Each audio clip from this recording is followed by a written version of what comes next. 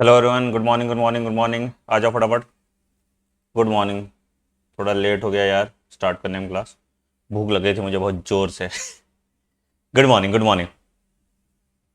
Audible visible, जल्दी जल्दी फटाफट बता दो बिना देरी के। आज थोड़ी लंबी क्लास करेंगे आराम से, ठीक है? इसलिए मैं बैठ गया आज थोड़ा आराम से। बुढ़ापा आ गया ना, तो थोड़ा तसल्ली पूर्वक पढ़ाएंगे आज। ठीक। हम्म। चल, गुड मॉर्निंग गुड मॉर्निंग। हाँ जी, गुड मॉर्निंग। शुरू करें? एक बार थम्स अप दे दो, आवाज वगैरह सब कुछ आ रहा है? आराम से आज तसल्ली पूर्वक पढ़ेंगे, ठीक है? थोड़ा मेजर पोर्शन आज खत्म कर लेते हैं।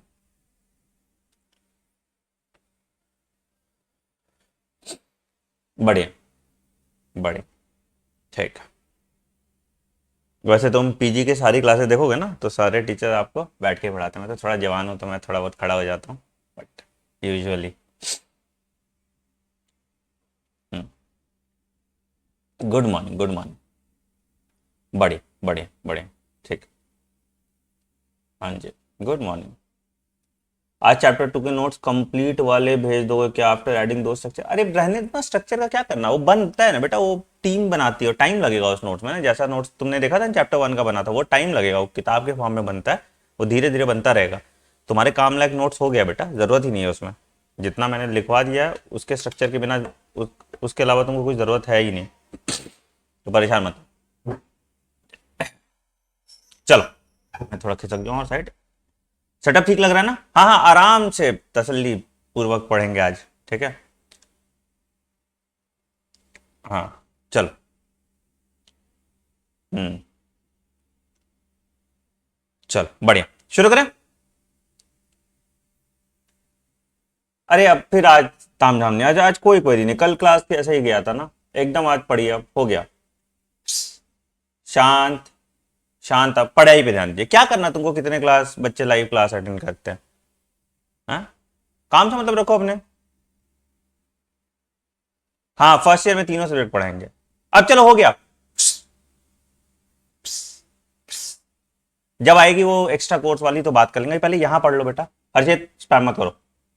अब हो गया यार, लेट तुम लोग ना बहुत लेट कराते हो। आदत तुम लोग का नीट यूजी वाला छूटा नहीं है। चलिए पढ़िए, हो गया। एकदम शांत, सिर्फ कोर्स की बात होगी, पढ़ाई की। हाँ भाई, हम फर्स्ट ईयर के तीनों से पढ़ाएंगे, मैंने पिछले वीडियो में सब बता दिया। अब नहीं बोल रहे हैं हम कुछ, और हम इग्नोर मार देंगे, ठीक है? कोई भी टाइम पास बात करेगा तो। चलो, अब स्टार्ट करें। No spamming please. Time waste करते हो और कुछ नहीं।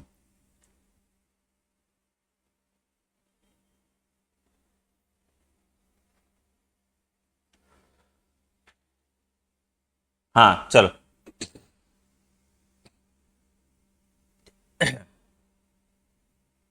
स्टार्टिंग, ठीक है?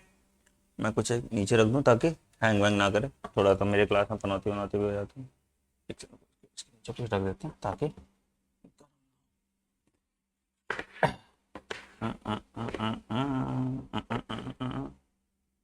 ठीक। हाँ, चल।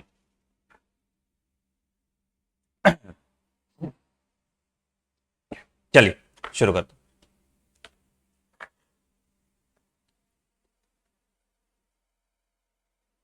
तो हमने अभी तक केमिकल लेवल ऑफ ऑर्गेनाइजेशन देख लिया। अब हम सेल्यूलर लेवल ऑफ ऑर्गेनाइजेशन की शुरुआत करेंगे। सेल्यूलर लेवल ऑफ ऑर्गेनाइजेशन आपका कुछ पार्ट बायोकेमिस्ट्री में भी आता है और कुछ पार्ट एनाटॉमी का भी पार्ट है। देखो, जेनेटिक्स, सेल बायो, ये सब जो है आपके एनाटॉमी का ही पार्ट है। सबसे ज्यादा वेटेज जो आता है, वेटेज आई की सबसे ज्यादा वास्ट जो सिलेबस है आपके एमबीबीएस फर्स्ट ईयर का, वो एनाटॉमी का ही सिलेबस है, इसलिए ये भी एनाटॉमी में ही आता है, ठीक है?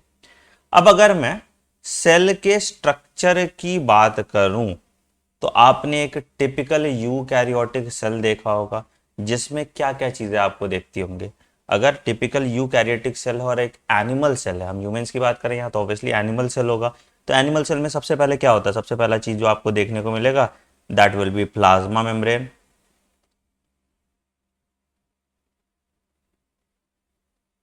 है ना? प्लाज्मा मेम्ब्रेन कैसा मेम्ब्रेन था? प्लाज्मा मेम्ब्रेन हमारा लिविंग मेम्ब्रेन था और सेलेक्टिवली परमिएबल था, तो it is a living membrane and selectively permeable. It is a living membrane and it is selectively permeable. ठीक है, उसके बाद जो आता था इसके अंदर सामान, दैट इज साइटोप्लाज्म। अच्छा, साइटोप्लाज्म क्या था भाई? तो जितना सेल्यूलर कंटेंट है सेल मेम्ब्रेन के अंदर और न्यूक्लियर मेम्ब्रेन के बाहर, उसको हम साइटोप्लाज्म कह देंगे। तो cytoplasm is equal to protoplasm minus nucleoplasm. Protoplasm क्या होता है? Total living material inside the cell is called protoplasm. Total living material inside the cell is called protoplasm. और न्यूक्लियोप्लाज्म क्या हो गया? Living material inside the nuclear membrane. Living material inside the nuclear membrane, तो इसको हम बोल देते हैं साइटोप्लाज्म। तो प्रोटोप्लाज्म माइनस न्यूक्लियोप्लाज्म जो है वो आपका साइटोप्लाज्म होगा। अब साइटोप्लाज्म में जो फ्लूइड पोर्शन होता है उसको हम साइटोसॉल कहते हैं। तो the fluid portion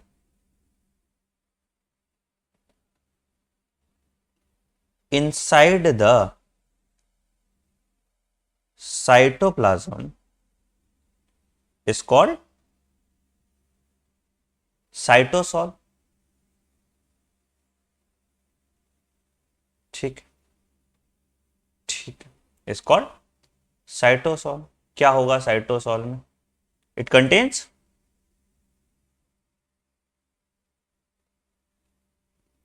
contains several different types of organ, है ना, और डिजॉल्व सॉल्यूट्स है, सस्पेंडेड पार्टिकल्स है ना। It contains dissolved solutes and suspended particle. ठीक है, अब साइटोसॉल सेल ऑर्गेनेल को सराउंड करता है। ठीक है, हाँ, तो surrounded bye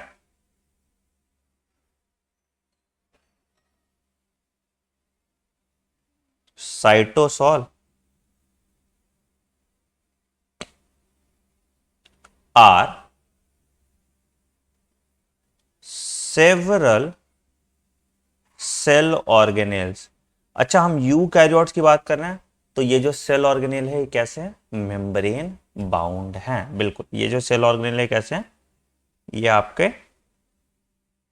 membrane bound cell organelle है। ठीक है, हर सेल ऑर्गेनेल का अपना स्ट्रक्चर होगा, अपना स्पेसिफिक फंक्शन होगा। ठीक है, तो साइटोप्लाज्म हो गया। और तीसरा चीज जो इसमें होगा दैट इज न्यूक्लियस। तीसरा चीज होगा दैट इज न्यूक्लियस।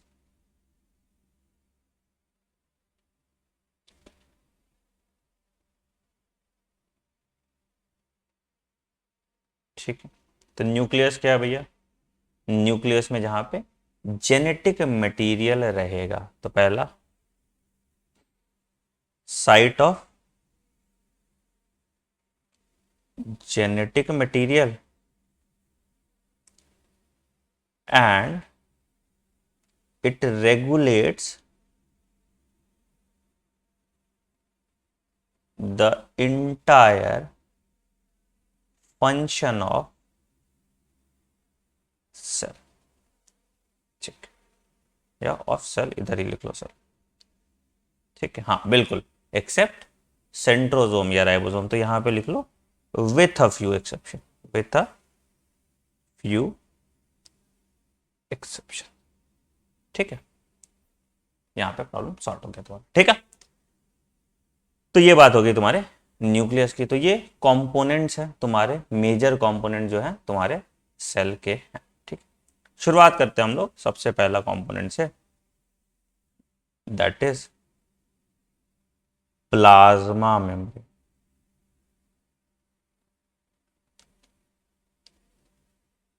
अभी हमने बात किया था कि प्लाज्मा मेम्ब्रेन जो है आपका वो लिविंग मेम्ब्रेन है और सेलेक्टिवली परमिएबल मेम्ब्रेन है। प्लाज्मा मेम्ब्रेन जो है आपका लिविंग मेम्ब्रेन है और सेलेक्टिवली परमिएबल मेम्ब्रेन है। सबसे पहले क्या क्या कंपोनेंट्स होंगे इसमें, अगर हम प्लाज्मा मेम्ब्रेन की बात करें तो इसके क्या क्या कंपोनेंट्स होंगे। पहला है इसके पास लिपिड्स, सबसे पहला जो है इसके पास लिपिड है, ठीक है। लिपिड इसके पास तीन तरह का होता है, कैसा कैसा लिपिड होता है सर बताओ। एक है आपका फॉस्फोलिपिड, ठीक है, लगभग 75% of the lipid in the plasma membrane are phospholipid. दूसरा है आपका कोलेस्ट्रॉल, लगभग 20% जो लिपिड है प्लाज्मा मेम्ब्रेन में दैट इज कोलेस्ट्रॉल। और तीसरा है आपका ग्लाइकोलिपिड।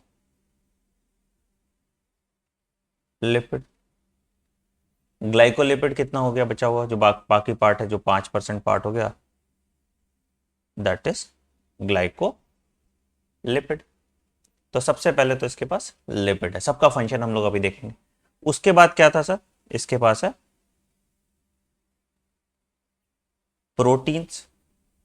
प्रोटीन्स भी दो तरह का है, एक है पेरीफेरल प्रोटीन और दूसरा है इंटीग्रल प्रोटीन।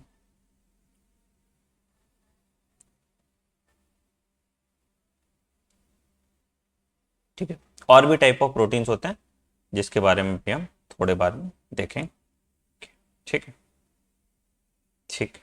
अच्छा, और क्या होगा, और क्या क्या चीज आपको देखने को मिल रहा है, और आपको देखने को मिल रहा है कुछ कार्बोहाइड्रेट्स, कार्बोहाइड्रेट्स, है ना, और आपको देखने को मिल रहा है फिर कुछ कार्बोहाइड्रेट्स, ठीक है। अच्छा, स्ट्रक्चर अगर हम इसका देखें तो स्ट्रक्चर कैसा होता है, ये कंपोनेंट्स हो गया। अगर हम इसका स्ट्रक्चर देखें तो स्ट्रक्चर कैसा होता है, तुम जब भी एग्जाम में लिखोगे तो तुमको इसी तरह से अच्छे नोट्स बना के लॉन्ग आंसर क्वेश्चन देने होंगे, तभी तुम्हारे नंबर बनेंगे बेटा, नहीं तो तुम्हारे नंबर नहीं बनेंगे, ठीक है। तो स्ट्रक्चर में जो मोस्ट एक्सेप्टेड थ्योरी था वो कौन सा थ्योरी था, that was fluid mosaic model. तो most accepted theory is fluid mosaic model. अब पहले एनसीईआरटी जब आप पढ़ते थे तो साइंटिस्ट वाइंटिस्ट के नाम पे बहुत जोर होता था, अब साइंटिस्ट के नाम पे तुमको कभी बहुत ज्यादा सवाल नहीं देखने को मिलेगा, नाम वाम इंपॉर्टेंट नहीं होता, काम इंपॉर्टेंट होता है, ठीक है। तो फ्लूइड मोजाइक मॉडल में क्या बोला गया, हाँ, तो according to fluid mosaic model क्या बोला गया कि, क्या बोला गया कि द सेल मेम्ब्रेन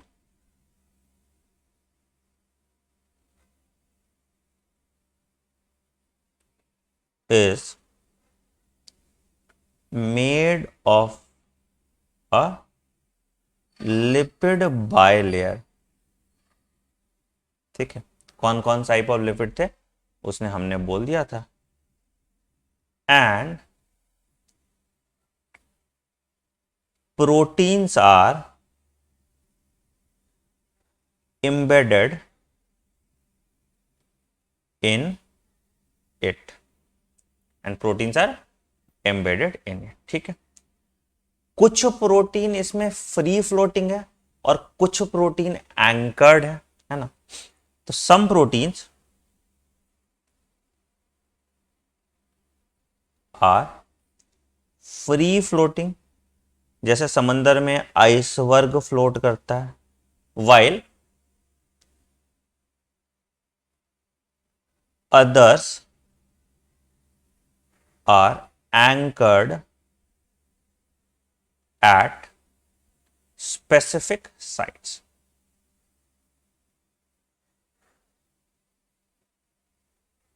ठीक, अब इसका डायग्राम बनाए।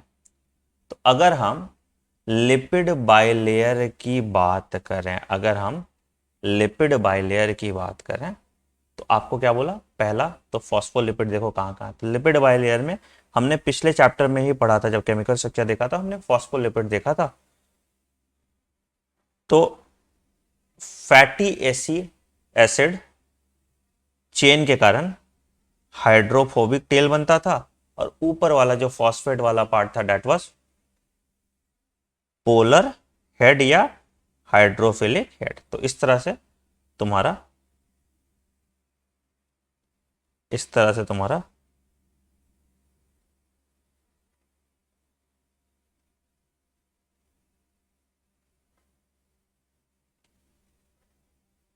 लिपिड बाइलेयर है।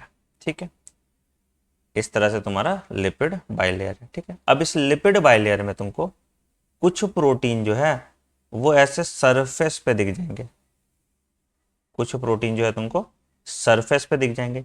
इन प्रोटीन्स को हम कहते हैं पेरीफेरल प्रोटीन। ये जो प्रोटीन है इनको हम कहते हैं पेरीफेरल प्रोटीन। जो आपको सरफेस पे प्रोटीन दिख जा रहे हैं उन प्रोटीन्स को हम कह देते हैं पेरीफेरल प्रोटीन। और जो डीपली एम्बेडेड प्रोटीन उनको हम क्या कहते हैं सर, उसको हम कह देते हैं इंटीग्रल प्रोटीन। कुछ प्रोटीन आपको डीपली एम्बेडेड दिख जाएंगे, मान लो कुछ प्रोटीन आपको अंदर तक डीपली एम्बेडेड दिख जाएंगे, जिसको हम कह देंगे इंटीग्रल प्रोटीन, है ना। जो जो डीपली एम्बेडेड प्रोटीन उसको हम कह देंगे इंटीग्रल प्रोटीन। ठीक है, अब इंटीग्रल प्रोटीन का ही कुछ प्रोटीन होता है, कुछ तो फ्री फ्लोटिंग है और कुछ प्रोटीन कैसे हैं जो एक स्पेसिफिक साइट पे एंकर्ड है और ट्रांसपोर्ट का काम कर रहे हैं, जो एक स्पेसिफिक साइट पे एंकर्ड है और ट्रांसपोर्ट का काम कर रहे हैं। ऐसे प्रोटीन को क्या कहते हैं हम, ऐसे प्रोटीन को हम कह देते हैं चैनल प्रोटीन, जो और पूरा इसके एक जगह पे एंकर्ड है और ट्रांसपोर्ट ऑफ कुछ सब्सटेंसेस का काम करेंगे from outside and inside the cell. तो इस तरह के प्रोटीन को हम कहते हैं चैनल प्रोटीन। ठीक है, अच्छा, बहुत अच्छी बात है।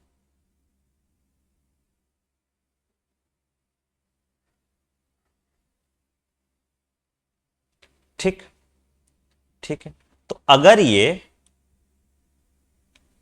इसको तो नीचे करते हैं, अगर ये सेल का आउटसाइड है, अगर ये सेल आउटसाइड द सेल, मान लो ये वाला पोर्शन जो है सेल या एक्स्ट्रा सेल्यूलर कह सकते हो, तो इसके अंदर ये वाला जो पोर्शन हो जाएगा वो इनसाइड सेल हो जाएगा। ठीक है, ठीक है, हमने देखा ये वाला जो पोर्शन था इसको हमने बोला लिपिड बाइलेयर। हमने क्या बोला इसको, लिपिड बाइलेयर। और लिपिड बाइलेयर में आपको दिखता है ये जो पोर्शन है ये हो जाएगा आपका हाइड्रोफिलिक हेड, या इसको आप पोलर हेड कह सकते हैं। और ये जो पोर्शन हो जाएगा ये क्या हो जाएगा, ये हो जाएगा हाइड्रोफोबिक टेल, या इसको नॉन पोलर टेल कह सकते हैं। ठीक, जो प्रोटीन आपको पेरीफेरी पे दिख रहा है, सरफेस पे दिख रहा है, जिसको अलग से हटा सकते हैं, उसको हम कहते हैं, पेरीफेरल प्रोटीन। ट्रांसमेम्ब्रेन प्रोटीन की अभी हम बात करेंगे, उसको हम कहते हैं पेरीफेरल प्रोटीन। और जो डीपली एम्बेडेड प्रोटीन है उसको हम कहते हैं इंटीग्रल प्रोटीन। Integral protein. और जो पैसेज का या मूवमेंट का काम करा रहा है या ट्रांसपोर्ट का काम करा रहा है उसको हम कहते हैं चैनल प्रोटीन। ठीक है, किस किस तरह का चैनल प्रोटीन होता है उसके बारे में भी बात हम अभी करेंगे। ठीक है, उसको हम कहते हैं चैनल प्रोटीन। ठीक है, अब चैनल प्रोटीन का अलग अलग काम हो सकता है। क्या channel protein is a peripheral protein और an integral protein? Channel protein is a peripheral protein और a integral protein. Channel protein is also an integral protein. ठीक है, अच्छा, और क्या क्या प्रेजेंट होगा इसके पास? इसके पास ग्लाइकोप्रोटीन प्रेजेंट होगा, इसके पास कार्बोहाइड्रेट प्रेजेंट होगा, और इसके पास कोलेस्ट्रॉल प्रेजेंट होगा। तो कहीं कहीं आपको यहाँ पे कोई और कलर यूज कर लें, कहीं कहीं आपको यहाँ पे लिपिड्स के बीच में, फॉस्फोलिपिड्स के बीच में स्ट्रक्चर दिखेंगे जो मेम्ब्रेन स्टेबिलिटी प्रोवाइड करते हैं। क्या कहेंगे इसको हम? इसको हम कह देंगे कोलेस्ट्रॉल, है ना। और आपको कहीं कहीं ग्लाइकोप्रोटीन दिख जाएगा जो रिसेप्टर की तरह काम करेगा, जो रिसेप्टर किसका बना होता है? ग्लाइकोप्रोटीन का बना होता है। तो ये आपको ग्लाइकोप्रोटीन दिख जाएगा जो रिसेप्टर की तरह काम करेगा। अभी लिखवा देंगे हम। ठीक है, बाकी तो ये फॉस्फोलिपिड आपका है ही, जिसका लिपिड बाइलेयर देख रहे हो तो। ठीक है सर, ठीक है। तो जो फ्लूइड है यहां पे, इसको हम बोल देंगे एक्स्ट्रा सेलुलर फ्लूइड, जो सेल के बाहर है। और जो फ्लूइड अंदर है सेल के, इसको हम बोल देंगे इंट्रा सेलुलर फ्लूइड। जो फ्लूइड के अंदर है उसको हम बोल देंगे इंट्रा सेलुलर फ्लूइड। ठीक है, जो फ्लूइड के अंदर है उसको हम बोल देंगे इंट्रा सेलुलर फ्लूइड। यहां तक कोई दिक्कत? बहुत बढ़िया, बहुत बढ़िया। ठीक है, ठीक है, ठीक, ठीक। अच्छा, अब तुम एक चीज देखोगे कि इन द लिपिड बाइलेयर जो पोलर हेड है वो बाहर की तरफ है, और जो नॉन पोलर टेल है वो अंदर की तरफ है। जो नॉन पोलर टेल है वो अंदर की तरफ है। ठीक है, ठीक है। तो एक पॉइंट यहां पे लिखो, एक पॉइंट यहां पे लिखो, और थोड़ा थ्योरी लिख लेते हैं इसका। ठीक है, the basic structural framework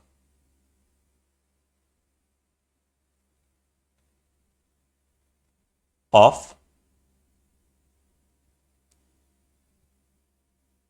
plasma membrane is the lipid bilayer. ठीक है, is the lipid bilayer. The bilayer arrangement क्यों होता है? The bilayer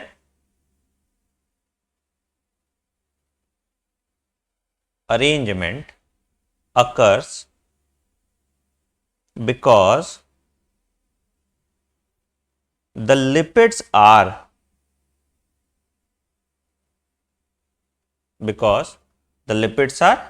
एम्फीफैटिक molecule. हमने बात किया था दोनों पोलर और नॉन पोलर पार्ट होता है, उसको एम्फीफैटिक कहते हैं। तो lipids are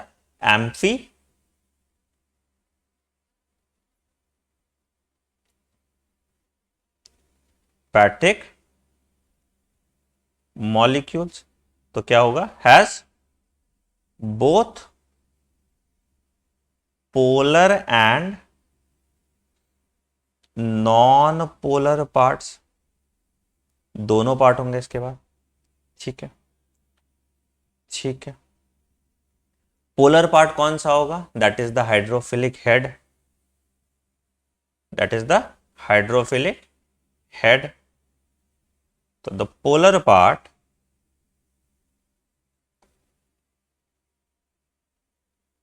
is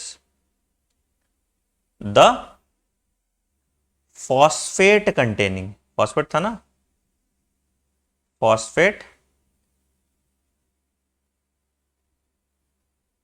containing head which is hydrophilic। ठीक, and the non polar part क्या है, and the non polar part क्या है, एक चीज अभी सवाल बताना मुझे, and the non polar parts are two long fatty acid tales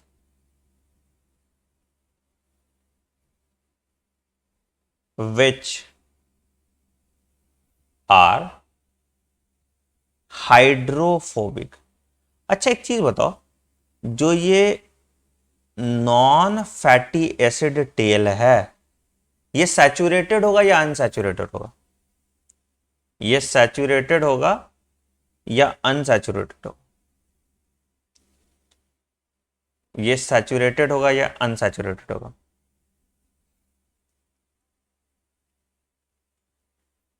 बताइए, ये सैचुरेटेड होगा या अनसैचुरेटेड होगा, दोनों हो सकता है। कभी आपको किंक दिखेगा या बेंट दिखेगा, बेंट के कारण ही फॉस्फोलिपिड में आपको फ्लूइडिटी दिखता है ना, बेंट के कारण ही आपके फॉस्फोलिपिड में आपको फ्लूइडिटी दिखता है, बिल्कुल बिल्कुल दोनों होगा, है ना, और उसी बेंट के कारण आपको फ्लूइडिटी दिखता है। ठीक है, बहुत बढ़िया। तो the phospholipid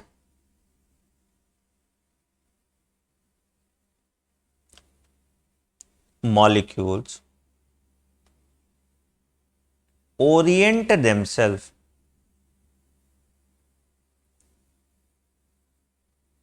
in the bilayer with their hydrophilic head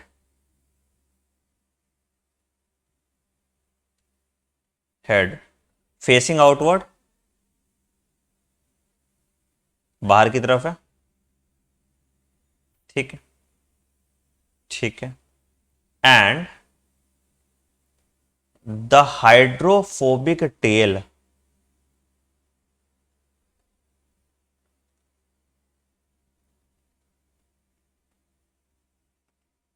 क्या होगा, टुवर्ड्स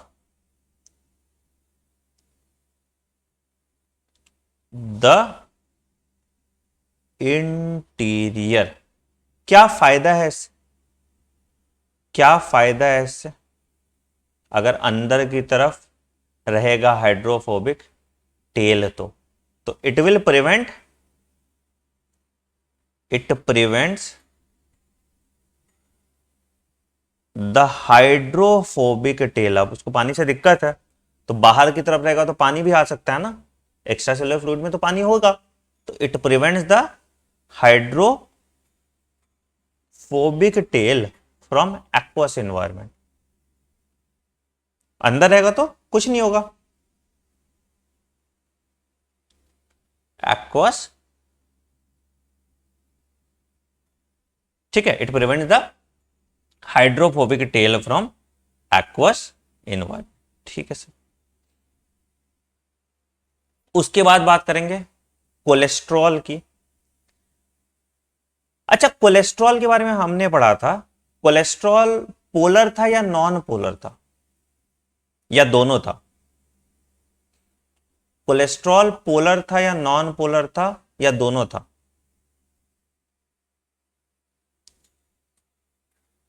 कोलेस्ट्रॉल पोलर था या नॉन पोलर था या दोनों था?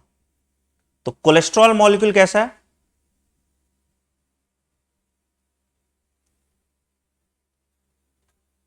आर वीकली एम्फीफैटिक,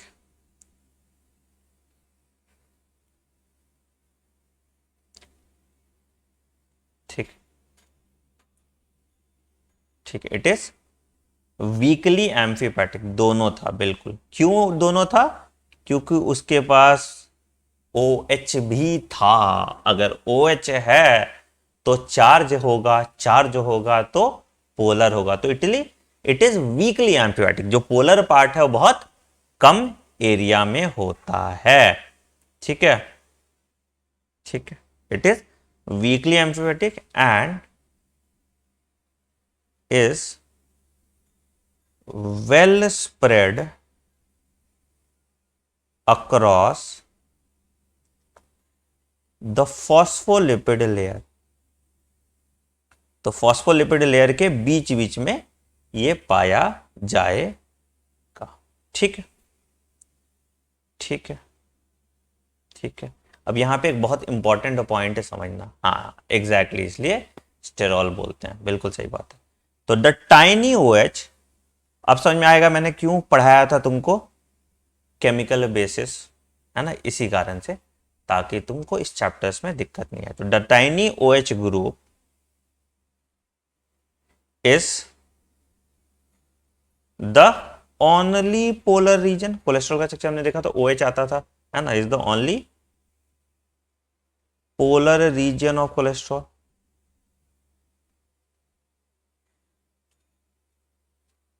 ठीक है, and it forms hydrogen bond. ये किसके साथ हाइड्रोजन बॉन्ड बनाएगा बताओ? With the polar head of phospholipid and glycolipid. ठीक है, and it forms hydrogen bond, तभी तो चिपका रह जाता है, with the polar head of किसका? Phospholipid and glycolipid.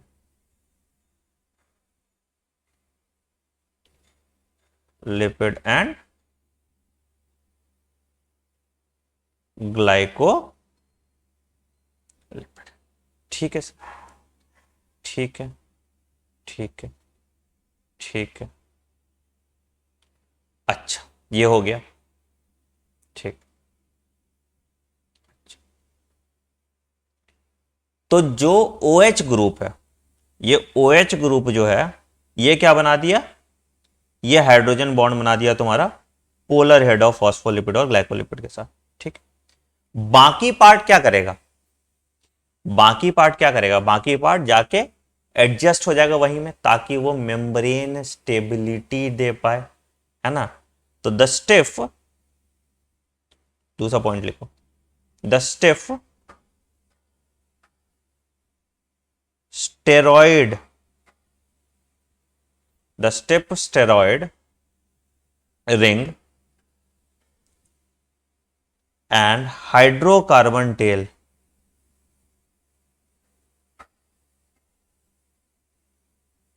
कहां गया? कार्बन टेल ऑफ कोलेस्ट्रॉल क्या करेगा? ये तुम्हारा नॉन पोलर है एंड कोलेस्ट्रॉल फिट्स कहां पे? अमंग द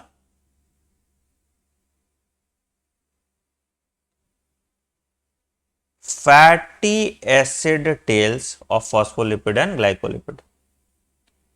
क्यों? क्यों? ताकि मेम्ब्रेन स्टेबिलिटी दे पाए। Lipid and glycolipid to provide membrane stability। ठीक है सर, इसीलिए कोलेस्ट्रॉल प्रेजेंट होता है। ठीक है, तो जो बेंड स्ट्रक्चर बनता है, तुम देखोगे ना, जो बेंड स्ट्रक्चर बना, एक सीधा रह गया, एक बेंड रह गया, इसके बीच में फंस जाएगा, तो फंस गया तो जाम कर दिया, जाम कर दिया तो फ्लूइडिटी थोड़ा कम हो गया, फ्लूइडिटी थोड़ा कम हो गया। ठीक है, बहुत बढ़िया, बहुत बढ़िया बात। ठीक, हो गया यहां पे। अच्छा, अब तीसरा कौन सा था? तुमने पहला तो देख लिया, फॉस्फोलिपिड कैसे रहा वो देख लिया, यहाँ पे फॉस्फोलिपिड कैसे ओरिएंट किया ये देख लिया। ठीक है, कोलेस्ट्रॉल कैसे ओरिएंट किया ये देख लिया। अब हम तीसरा बात करते हैं ग्लाइको प्रोटीन की, ग्लाइकोलिपिड की, sorry.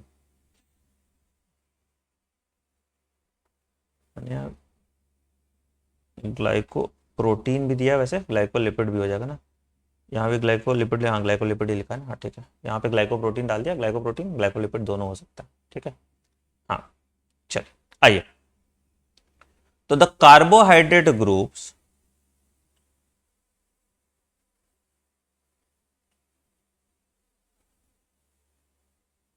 group of glycolipids for a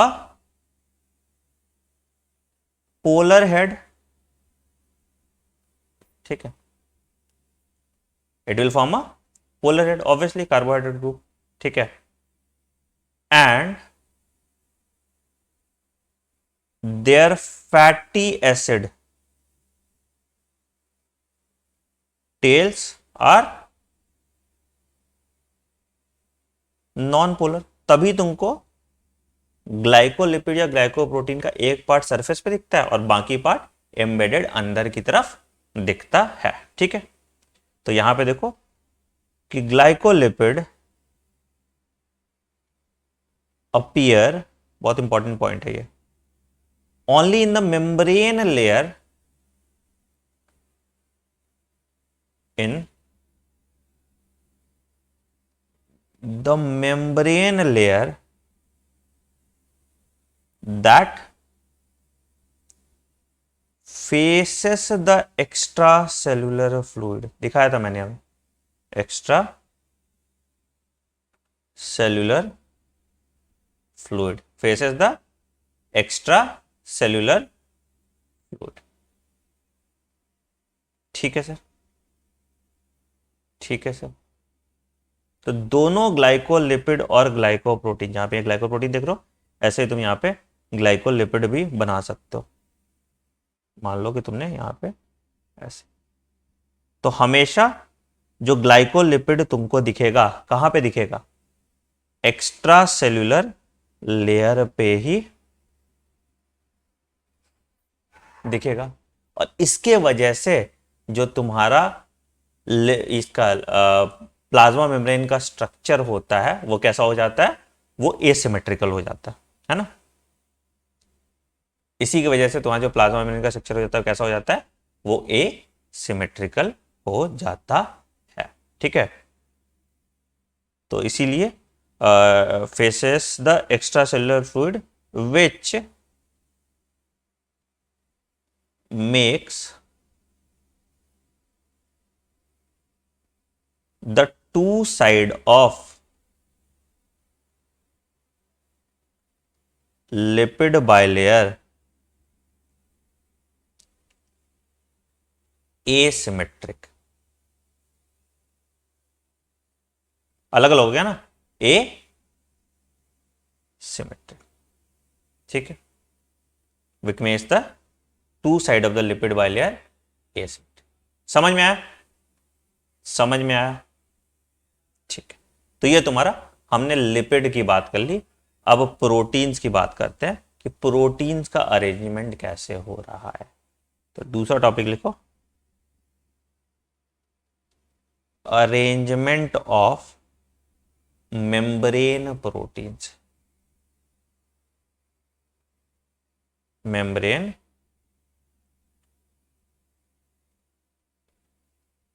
proteins का अरेंजमेंट कैसे हो रहा है उसकी बात करते हैं।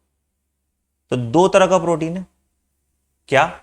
एक पेरिफेरल था और दूसरा इंटीग्रल था, ठीक है। तो मेम्ब्रेन प्रोटीन्स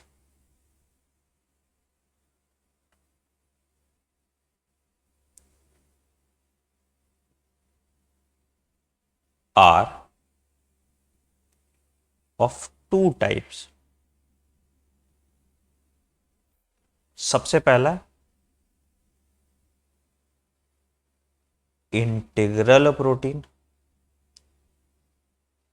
क्या होगा भैया? इंटीग्रल प्रोटीन क्या होगा? दे एक्सटेंड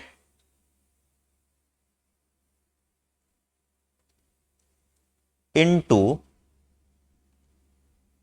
और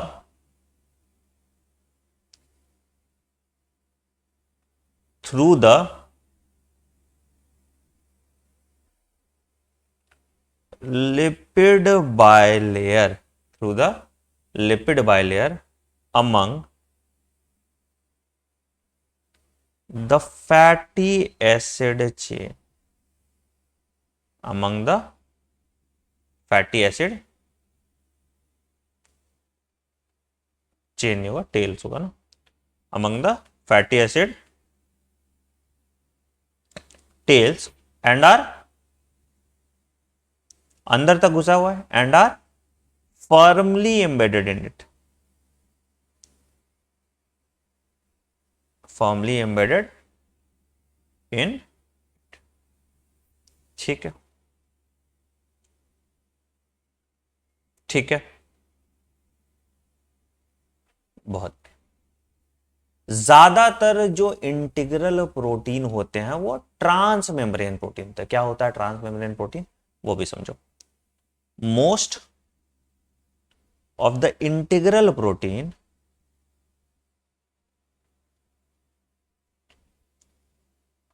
are trans membrane protein। मतलब क्या होता है, कोई बताएगा? ट्रांस मेम्ब्रेन प्रोटीन क्या होता है? क्या हो गया? मतलब पूरा लिपिड बाइलेयर में पाया जाएगा और साइटोसोल में भी प्रोट्यूड कर रहा है और एक्स्ट्रा सेलुलर फ्लूइड में भी प्रोट्यूड कर रहा है। मतलब कि दोनों तरफ, जैसे मैंने तुम्हें चैनल प्रोटीन दिखाया था, तो ये देखो, ये वाला जो रीजन है, ये वाला जो रीजन है, ये साइटोसोल है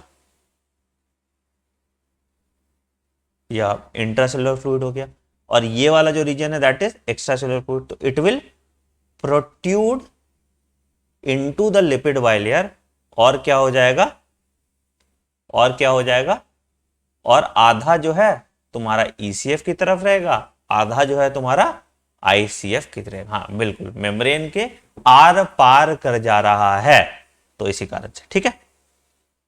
तो ट्रांस मेम्ब्रेन प्रोटीन क्या हो गया, मतलब they span the entire lipid bilayer, देखो that is they span the entire lipid bilayer and protrude into both क्या, cytosol and extracellular, cytosol and extracellular, ठीक है, ठीक है, ठीक है। ये इंटीग्रल मेम्ब्रेन प्रोटीन जो होंगे वो एम्फीपैथिक होंगे या पोलर होंगे या नॉन पोलर होंगे? ये कॉमन सेंस का यूज करना, कॉमन सेंस का यूज करना है, ध्यान से सुनो मेरी बात। जो ये इंटीग्रल प्रोटीन होंगे, जो ये इंटीग्रल प्रोटीन होंगे, ये पोलर होगा, नॉन पोलर होगा या एम्फीपैथिक होगा? बताइए, बताइए। पोलर होगा, नॉन पोलर, बिल्कुल। कॉमन सेंस का इस्तेमाल कीजिएगा बेटा। देखो अगर दोनों तरफ है तो ऑब्वियसली दोनों तरफ होगा। अगर ये सिर्फ हाइड्रोफिलिक होता और अंदर की तरफ हो जाता तो इसको दिक्कत आ जाता। अगर ये सिर्फ हाइड्रोफोबिक होता और बाहर की तरफ हो जाता तो इसको दिक्कत हो जाएगा। तो ये दोनों ही होगा, ठीक है। तो एक और पॉइंट यहां पे लिख दो कि integral proteins are also amphipathic. Integral proteins are also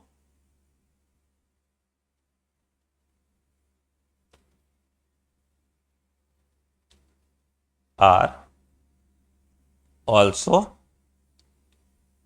amphipathic, ठीक है। एक बड़ा इंपॉर्टेंट पॉइंट आपने यहां पे लिख दिया, ठीक है। ठीक है सर, बहुत अच्छी बात। एक और पॉइंट यहां पे लिखो कि अ फ्यू इंटीग्रल प्रोटीन्स क्या होंगे, uh tightly attached, tightly attached, ध्यान से सुनना, to one side of the lipid bilayer,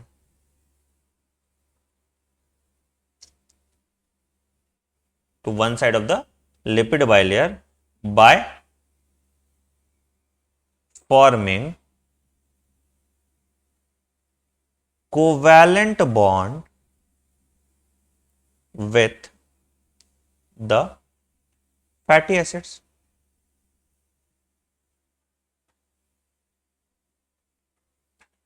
अच्छा, यहां पे एक चीज पे ध्यान दो, मैंने बोला कि one side, why one side, why not पूरा ही, why one side, why not पूरा ही। बेटा देखो, अगर कोई चीज को तुम दोनों तरफ से पकड़े हो, ठीक है, और उसके बाद वो फ्लूइडिटी शो करेगा तो टेंशन आएगा और हो सकता है वो टूट जाए, है ना। तो अगर एक साइड से है तो मान लो कोई चीज ऐसे ऐसे एक साइड से पकड़े हुआ तो हम इसको ऐसे ऐसे हिला पाते हैं, ये थोड़ा बहुत बाएं दाएं कर लेगा ऐसे, है ना, ऐसे थोड़ा बहुत बाएं दाएं कर लेगा, इस कारण से एक साइड से ही अटैच्ड होता है, ठीक है सर, बहुत बढ़िया। दूसरा बात करते हैं, हमने इंटीग्रल प्रोटीन की बात की, दूसरी बात करते हैं हम पेरीफेरल प्रोटीन की।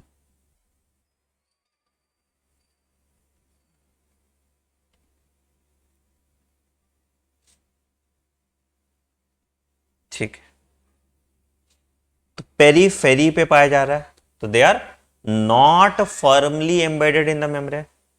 हाँ, they are not firmly embedded in the membrane, ठीक।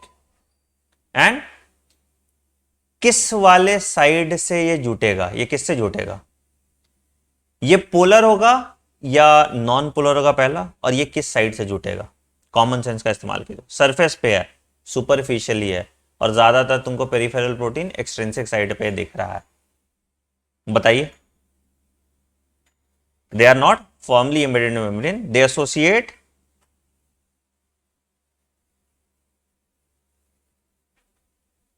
more loosely with the polar head of membrane lipid, with the polar head of membrane lipids, or with the integral proteins. तो या तो ये integral protein के साथ चला जाएगा या फिर पोलर हेड के साथ जुड़ जाएगा मेम्ब्रेन लिपिड के साथ। क्लियर है, क्लियर है, तो ये हो गया तुम्हारा इंटीग्रल प्रोटीन, पेरिफेरल प्रोटीन, ठीक है। और एक तरह का प्रोटीन था जिसको हमने बोला था ग्लाइकोप्रोटीन, तीसरा लिखो, ग्लाइकोप्रोटीन।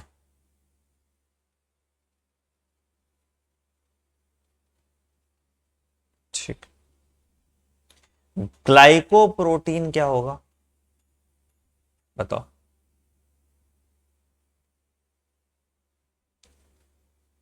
बताओ। तो these are proteins with carbohydrate groups attached to the ends that protrude into the, किधर की तरफ रहेगा, ECF की तरफ, into the extracellular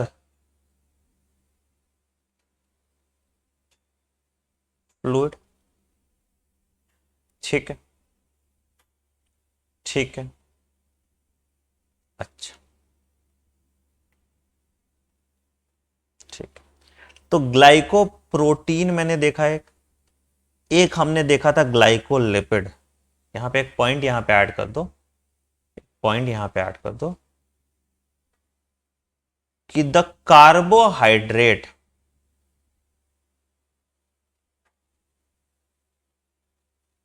portion of glycolipid and glycoprotein forms, तुम लोग प्रोकैरियोटिक सेल के बारे में यहां पे पढ़े थे, ठीक है, फॉर्म्स अ क्या, sugary coat called glycocalyx। It forms a sugary coat called glycocalyx। ठीक है, ठीक है। अब ये ग्लाइकोकैलिक्स हर सेल को दूसरे सेल से डिस्टिंग्विश करेगा, कॉल्ड ग्लाइकोकैलिक्स। अब ग्लाइकोकैलिक्स का पहले तो तुम फंक्शन समझो क्या क्या आता है। फंक्शन ऑफ ग्लाइकोकैलिक्स देखो, of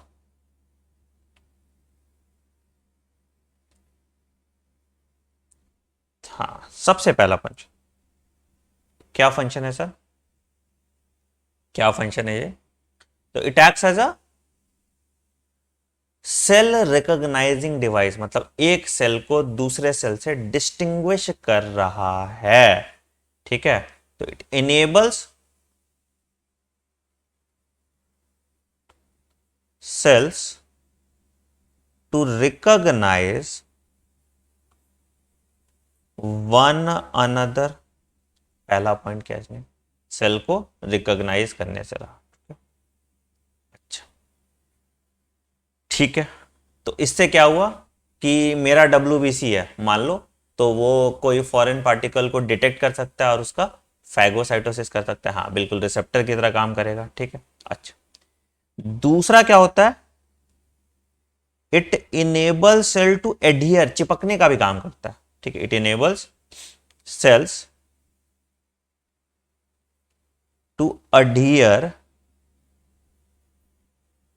to one another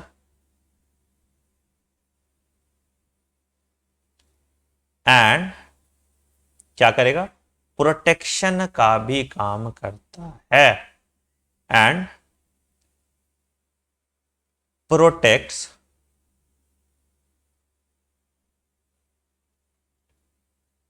and protects the cell from being digested by the enzymes of extracellular fluid। नहीं बेटा, सब में पाया जाएगा, by the enzymes of ECF। अब समझो ना, मेरा पेट है, ठीक है, पेट के ECF में तुमको हाइड्रोक्लोरिक एसिड दिख रहा है, that too concentrated hydrochloric acid. तो एक तो है कि म्यूकस का लेयर है, वो सेल्स को बचा रहा है, दूसरा सेल भी अपनी कुछ जिम्मेदारी उठाएगा खुद का प्रोटेक्शन के लिए, तो वो क्या करेगा, वो अपने आप को प्रोटेक्ट करेगा by the help of this glycocalyx, by the help of this glycocalyx. अच्छा, ये जो ग्लाइकोकैलिक्स है ये हाइड्रोफोबिक होगा या हाइड्रोफिलिक होगा? बाहर की तरफ है, ईसीएफ की तरफ है, हिंट यहीं से लीजिए। ये जो ग्लाइकोकैलिक्स है which is made up of glycolipid and glycoprotein, ये जो कार्बोहाइड्रेट वाला पार्ट था, तो ये हाइड्रोफिलिक होगा या हाइड्रोफोबिक होगा? ये हाइड्रोफिलिक होगा या हाइड्रोफोबिक होगा?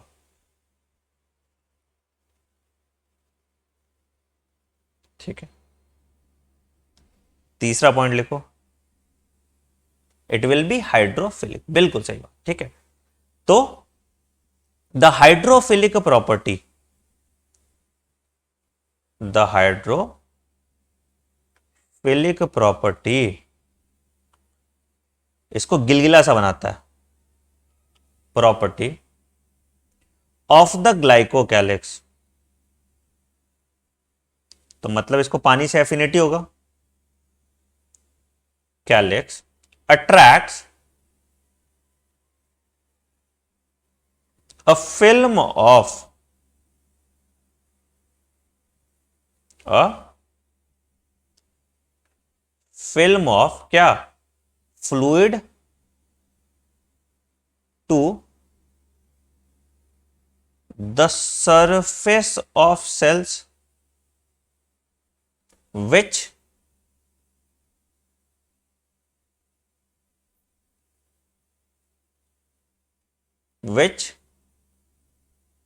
prevents the cell from desiccation, सूखने से बचाता है। हाँ मतलब चिपचिपा सा, अरे मान लो एक कैंडी लो, ठीक है, एक चॉकलेट कैंडी आती है ना, कैंडी लो, कैंडी को ऐसे पानी में डाल दो और उसके बाद हाथ से ऐसे टच करो, लटलटा सा हो जाएगा, है ना, चिपचिपा सा स्लिपरी सा लेयर फॉर्म करेगा। तो इससे क्या है, आराम से चीजें पास होती जाती है, आराम से चीजें पास होती जाती हैं। ठीक है, which prevent the cell from desiccation, सूखने से बताता है। डेसिकेशन स्पेलिंग देख लेना भाई, भूल गए। ठीक है, या ड्राइंग आउट। ठीक है, तो इससे क्या हो गया, सूखा नहीं रहेगा तो फ्रिक्शन नहीं रहेगा, फ्रिक्शन नहीं रहेगा तो आराम से चीजें पास करती रहेंगी, आराम से चीजें पास करती रहेंगी। ठीक है, तो ये तुम्हारा ग्लाइकोलिपिड और ग्लाइकोप्रोटीन की बात की हमने, और ग्लाइकोकैलिक्स की बात कर, टाइप्स ऑफ प्रोटीन हमने देख लिया। ठीक है, अब देख लेते हैं फंक्शन क्या क्या है मेम्ब्रेन प्रोटीन का। अब आते हैं फंक्शंस ऑफ मेम्ब्रेन प्रोटीन। यहां तक कोई दिक्कत नहीं किसी को? क्वेश्चन लिख रहे हैं हम, function of membrane protein, membrane protein. ठीक, क्या फंक्शन है मेम्ब्रेन प्रोटीन का? हाँ जी, ये कैप्सूल वाला जो लेयर होता है जो तुमने पढ़ा था वो प्रोकैरियोट्स की बात करते हैं, हम यहाँ पे नॉर्मल बात कर रहे हैं यूकैरियोटिक सेल का, तुम इंसानों के सेल की बात कर रहे हो। ठीक है, ठीक, ठीक, तो फंक्शंस ऑफ मेम्ब्रेन प्रोटीन कैसे काम करता है उसकी बात करते हैं। ठीक है, तो देखो भैया कैसा कैसा चैनल की तरह काम करेगा और किस तरह से काम करेगा, एक एक करके हम बात करते हैं। तो सबसे पहला है, सबसे पहला टाइप में लिख लो, सबसे पहला it acts as an ion channel, acts as an ion channel. अब ये तुमने देखा था, ये तुम्हारा वोल्टेज गेटेड चैनल भी हो सकता है, डिफरेंट डिफरेंट टाइप्स का चैनल हमारा होता था, है ना, डिफरेंट डिफरेंट टाइप का चैनल होता था, ये भी आपने देखा था। ठीक है, तो पहला it acts as an ion channel. कैसा आयन चैनल की तरह, मान लो कोई एक आयन है इधर, इसको इधर की तरफ अंदर की तरफ ट्रांसपोर्ट करना है, तो ये आयन चैनल की तरह काम करेगा। तो क्या करेगा, it allows specific ion to move through water filled pores, है ना, it allows specific ions to move through water filled pore. Water filled pores, इस चीज पे थोड़ा रोशनी डालेंगे सर, क्या होता है वाटर फिल्ड पोर्स, बताइए। वाटर फिल्ड पोर्स, हाँ ठीक है। तो वाई वाटर फिल्ड पोर्स, कोई बताएगा क्या इसका रीजन? जनरली जो आयन चैनल्स है वो क्यों जरूरत है हमें आयन चैनल की? मान लो कि ये मेरा सेल मेम्ब्रेन है, मान लो ये मेरा सेल मेम्ब्रेन है, ठीक है। आखिर मुझे आयन चैनल की जरूरत ही क्यों पड़ी? यहां पे मान लो कि मेरा पोटेशियम रखा हुआ, या हाँ ठीक है पोटेशियम रखा हुआ, ठीक है। मुझे इस पोटेशियम को अंदर लाना है, क्या मैं डायरेक्टली ला सकता हूं? क्या मैं डायरेक्टली ला सकता हूं? नहीं। क्यों? क्योंकि इट इज हाइड्रोफिलिक, क्योंकि it is hydrophilic, because it is hydrophilic. तो इसको तो मैं डायरेक्टली ला ही नहीं सकता अंदर। एग्जैक्टली एग्जैक्टली, है ना।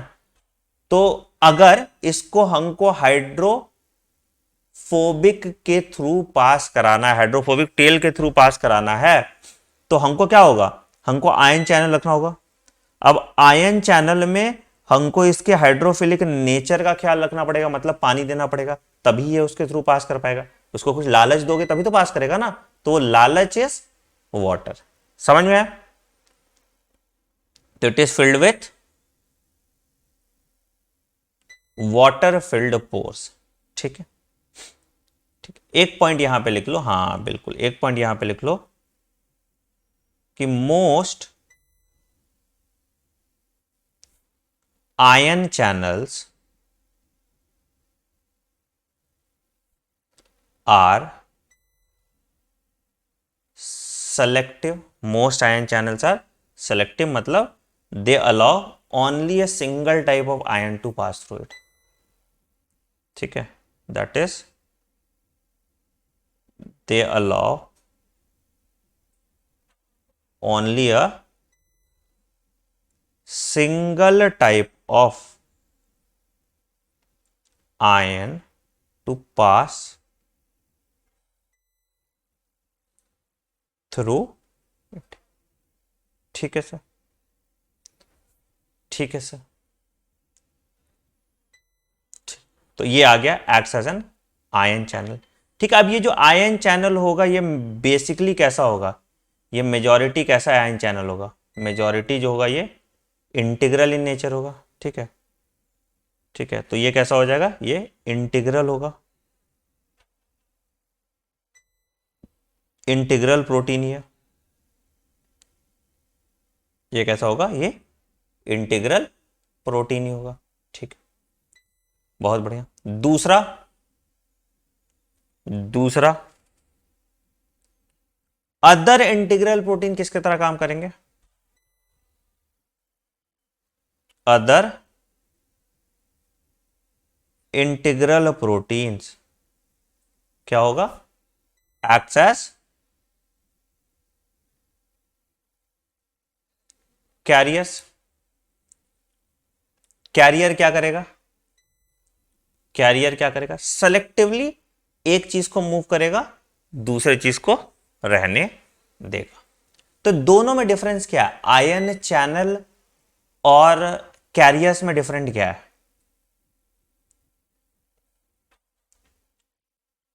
ठीक है, तो दे selectively move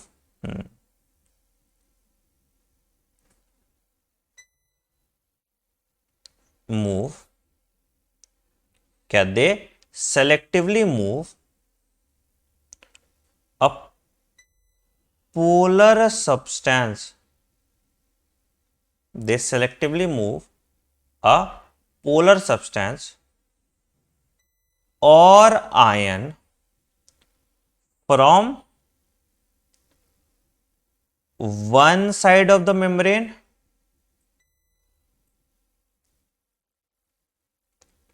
to other. देखो क्या था, आयन के केस में आयन चैनल क्या था, ये क्या है, एक ही पर्टिकुलर आयन के लिए इट वाज वेरी सेलेक्टिव। जो कैरियर है वो मजदूरी की तरह काम कर रहा है, फ्रीलांसर की तरह काम कर रहा है कि हाँ ठीक है, कोई भी पोलर सब्सटेंस, अरे नदी पार करना है हम करा देते हैं, है ना, हाइड्रोफोबिक चीज पार करना है हम करा देते हैं। तो वो काम जो है तुम्हारा, ये इंटीग्रल प्रोटीन करते हैं। तो ये इंटीग्रल प्रोटीन जो कैरियर्स हैं वो क्या करते हैं, वो ट्रांसपोर्टर की तरह काम कर रहा है। बहुत सिंपल सा चीज समझो, ठीक है, मेरी अपनी पर्सनल गाड़ी है, ठीक है, हाँ मेरी अपनी पर्सनल गाड़ी है, मैं कुछ चुनिंदा लोगों को ही ले जाता हूँ, मैं देख रहा हूँ कि नहीं नहीं मैं अपनी गाड़ी में ऐसे एकदम हॉट चिक्स को बिठाऊंगा बस, ठीक है, तो ये मेरा शौक है ना, मैं उसको बिठाऊंगा, ठीक है। दूसरा, अगर मान लो कि मेरा कैब चल रहा है, तो हम किसी को भी बिठा रहे हैं, तो ट्रांसपोर्ट की तरह काम कर रहे हैं, तो वहीं पे यहां पे कैरियर का रोल हो जाता है, ठीक है, ठीक है। तो पहला आयन चैनल की तरह काम किया, दूसरा कैरियर की तरह काम किया, ये भी इंटीग्रल प्रोटीन है, ये भी इंटीग्रल प्रोटीन है ना। चलो तीसरा, तीसरा हो जाएगा रिसेप्टर की तरह काम करेगा, ठीक है। तो सम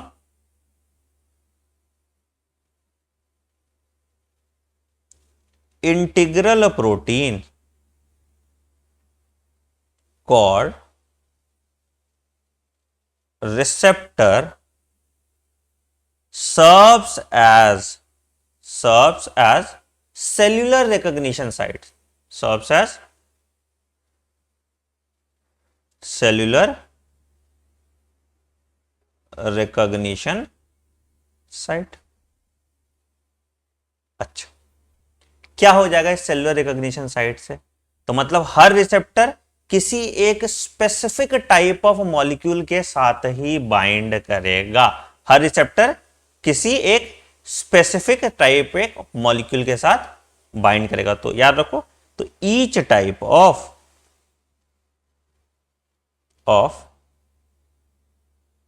receptor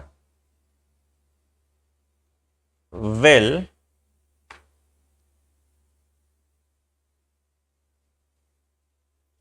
recognize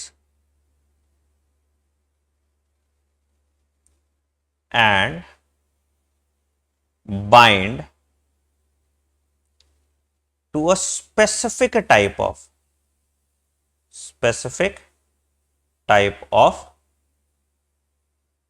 molecule, to a specific type of molecule, ठीक है, ठीक है। एक पॉइंट यहां पे लिख लो ब्रैकेट में डाल के कि इसको एक टर्म देते हैं जिसको हम लिगैंड कहते हैं, ठीक है। तो अ स्पेसिफिक मॉलिक्यूल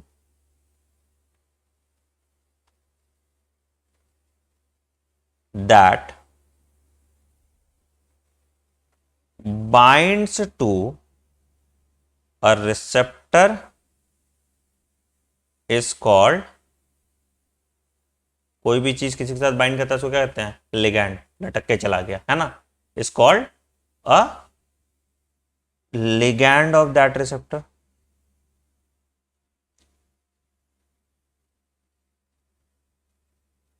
ठीक है, तो इस बार में क्या काम किया, इस बार जो इसका काम है रिसेप्टर की तरह काम किया, मतलब एक स्पेसिफिक टाइप ऑफ चीज को ही अंदर बाहर ले जाने का काम करेगा, एक स्पेसिफिक टाइप ऑफ चीज को ही अंदर बाहर ले जाने का काम करेगा, ठीक है, अच्छी बात है, ठीक है। और क्या है, ये भी इंटीग्रल प्रोटीन ही है, ठीक है। चौथा देखो,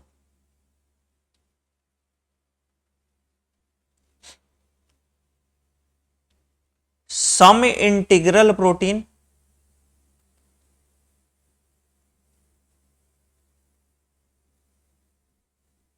आर enzymes क्या करेगा? कोई स्पेसिफिक रिएक्शन कराएगा सेल के अंदर या सेल के बाहर?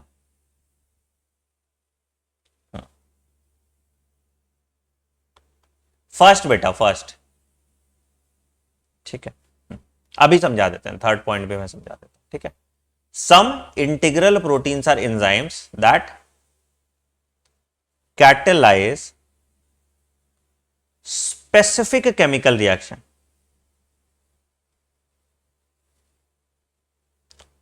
रिएक्शन कहां? सेल के बाहर भी, सेल के अंदर भी, एट, इनसाइड और outside the surface of the cell.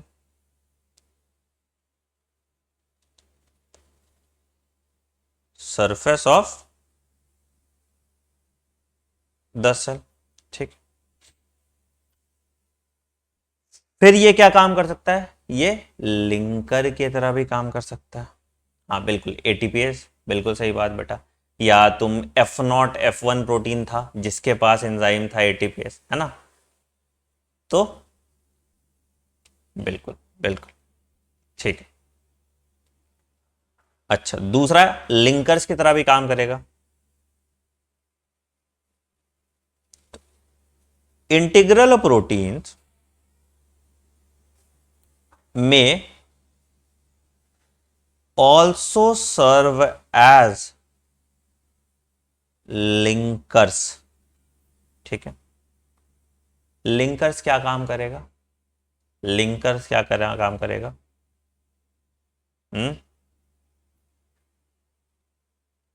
बिल्कुल, like enzymes of inner mitochondrial membrane हो सकता है, बिल्कुल बहुत सारे एंजाइम्स हो सकते हैं ना, है ना? बिल्कुल।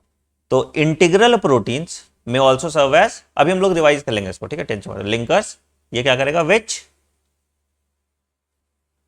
Anchor protein in plasma membrane of neighbouring cell.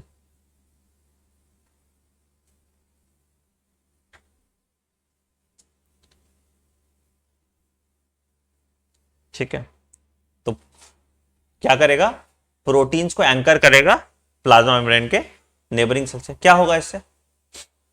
क्या होगा इससे? क्या होगा इससे?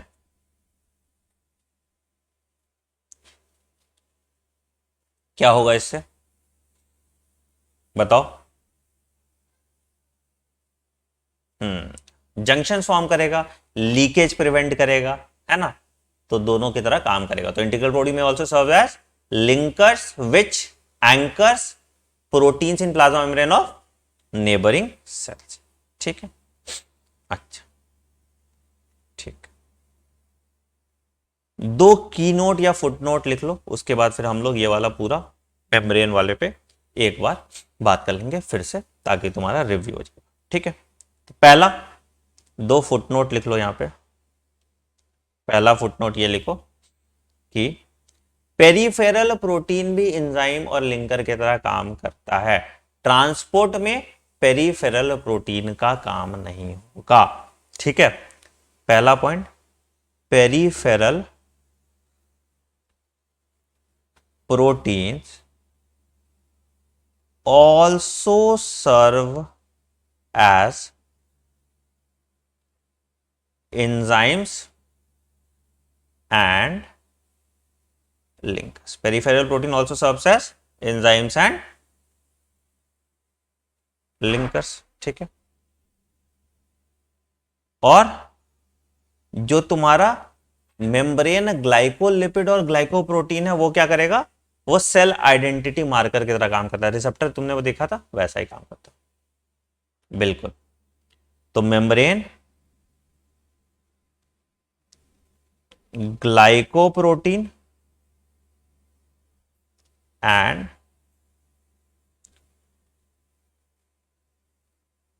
glycolipids often serve as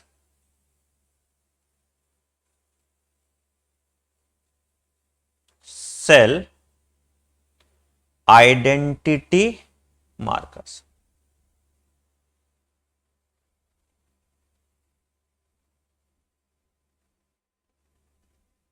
हम नहीं देखते थे इम्यूनोग्लोबुलिन ए होता था, है ना, IgA अलग अलग तरह का होता था, या तुम उसका ब्लड ग्रुपिंग में देख लो तो वहां भी तुमको दिखता था कंपैटिबिलिटी के लिए, राइट राइट।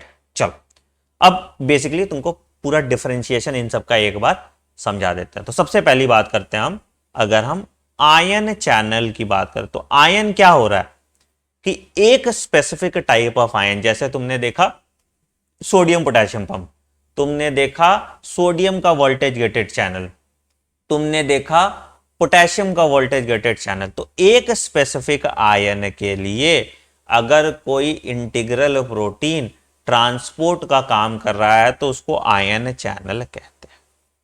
आई होप सबको समझ में आ गया, ठीक है। बट अगर कोई इंटीग्रल प्रोटीन है जो किसी भी तरह के पोलर मॉलिक्यूल या आयन को ट्रांसपोर्ट कर रहा है, जरूरी नहीं है कि वो एक स्पेसिफिक टाइप ऑफ आयन को ही ट्रांसपोर्ट कर रहा है, तो उसको हम बोलते हैं कैरियर, तो उसको हम बोलते हैं कैरियर, ठीक है। तीसरा है कुछ इंटीग्रल प्रोटीन रिसेप्टर की तरह काम करता है। रिसेप्टर जैसे मान लो कि मेरे पास, हमने पढ़ा था क्या, इंसुलिन का एक्शन देखते थे, तो हम देखते थे ना कि मेम्ब्रेन बाउंड रिसेप्टर था, तो इंसुलिन उस स्पेसिफिक रिसेप्टर पे आता था, वो रिसेप्टर फिर प्राइमरी रिस्पॉन्स देता था, उस प्राइमरी रिस्पॉन्स से फिर सेकेंडरी रिस्पॉन्स होता था, और वो सेकेंडरी रिस्पॉन्स फिर बायोकेमिकल चेंज करता था, और बायोकेमिकल चेंज से फिर फिजियोलॉजिकल चेंजेस होता था। ये हमने देखा था ना, है ना। तो ये तुम्हारा वो रिसेप्टर की बात कर रहा है, ये तुम्हारा वो रिसेप्टर की बात कर रहा है, ठीक है। उसके बाद क्या बोला कि सम इंटीग्रल प्रोटीन एंजाइम्स की तरह काम करेंगे, अभी हमने देख लिया एंजाइम की तरह कैसे काम कर सकते हैं, ठीक है। और कुछ जो है लिंकर्स की तरह काम करेंगे, लिंकर्स मतलब आपस में जोड़ के रखेंगे, है ना। और कुछ जो पेरिफेरल प्रोटीन है वो भी एंजाइम्स और लिंकर की तरह काम करते हैं, और ग्लाइकोप्रोटीन एंड ग्लाइकोलिपिड जो है वो सेल आइडेंटिटी मार्कर्स की तरह काम करते हैं, वो सेल आइडेंटिटी मार्कर्स की तरह काम करते हैं, ठीक है सर, ठीक है सर। तो ये हमारा टाइप्स ऑफ मेम्ब्रेन प्रोटीन्स और function of membrane protein complete हो गया, ठीक है,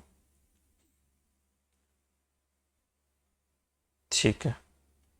चलिए अब आगे बात करते हैं क्या चीज की, मेम्ब्रेन फ्लूइडिटी की बात करते हैं, मेम्ब्रेन फ्लूइडिटी की बात करते हैं।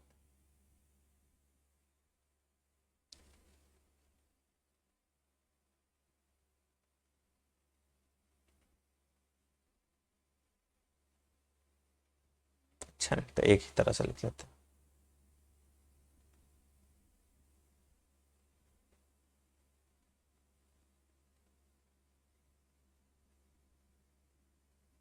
ठीक।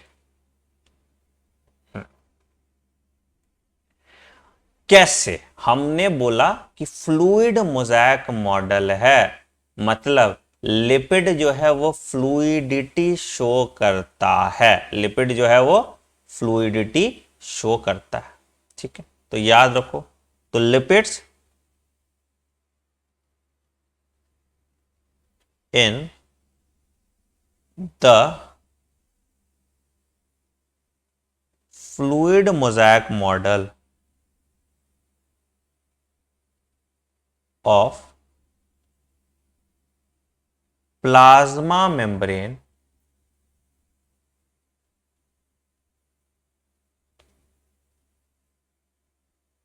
shows fluidity which enables the lateral movement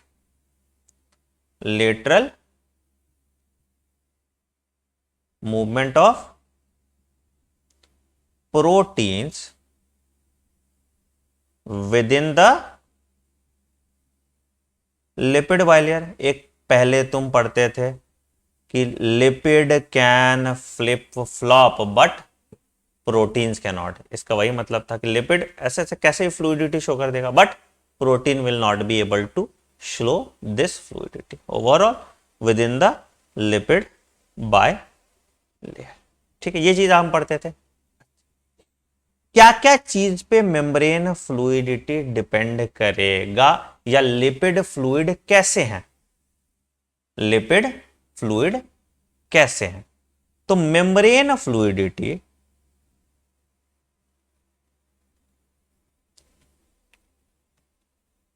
बेटा आइडेंटिटी मार्कर्स ये होते हैं, जैसे हम अभी पढ़ेंगे एमएचसी कॉम्प्लेक्स, तो हर सेल का एक स्पेसिफिक आइडेंटिटी है जो हेल्प करता है हमारे सेल को सेल्फ और नॉन सेल्फ सेल में रिकॉग्नाइज करने में, तो उसको आइडेंटिटी मार्कर कहते हैं। ठीक है, अच्छा, तो मेम्ब्रेन फ्लूइडिटी किस पे डिपेंड करेगा, depends on both on the number of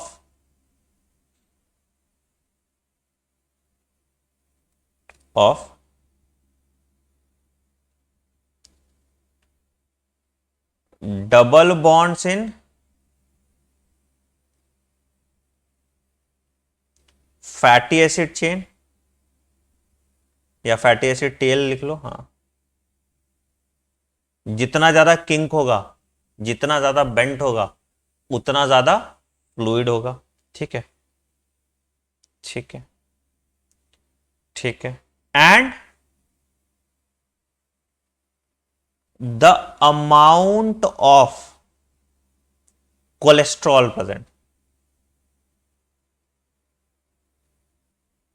तो अगर कोलेस्ट्रॉल ज्यादा प्रेजेंट है तो फ्लूइडिटी कम होगा, है ना। अगर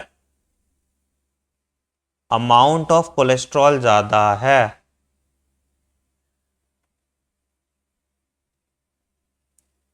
इज मोर, तो फ्लूइडिटी क्या हो जाएगा, इज लेस। और वही अगर नंबर ऑफ डबल बॉन्ड्स ज्यादा है,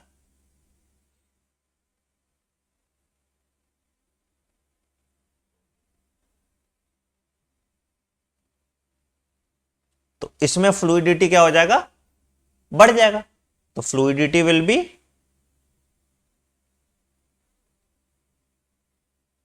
है ना, fluidity is more.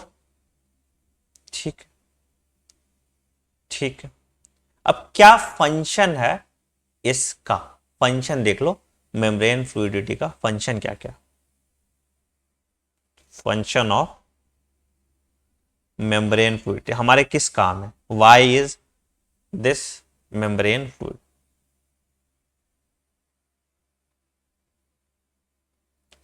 Function of membrane fluidity की बात करें। ठीक, ठीक, अच्छा, अगर मान लो बहुत ज्यादा फ्लूइड मेम्ब्रेन है तो भी दिक्कत है।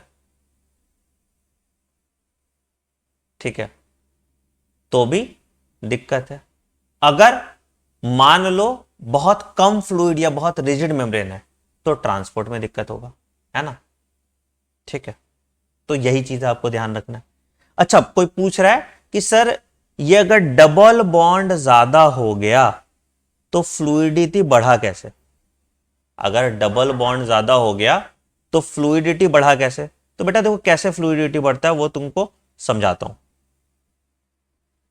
कैसे फ्लूइडिटी बढ़ेगा सर, तो अगर मान लो कि मेरा एक लिपिड बाइलेयर है, ऐसे है, एक लिपिड बाइलेयर है, ऐसे है, एक लिपिड बाइलेयर है, ऐसे, आपस में ये चिपका चिपका है, चिपका चिपका है तो फ्लूइडिटी कम होगा।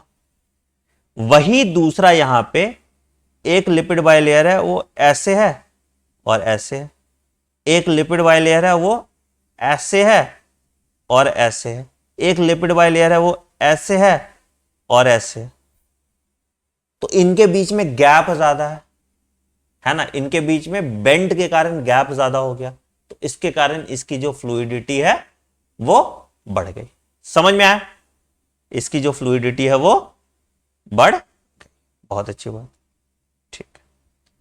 तो आओ देखो फंक्शंस ऑफ मेम्ब्रेन फ्लूइडिटी, क्या फायदा है। ठीक, ठीक है। क्या क्या काम कर सकता है? सबसे पहला, ट्रांसपोर्ट अक्रॉस मेम्ब्रेन, इसी कारण हो सकता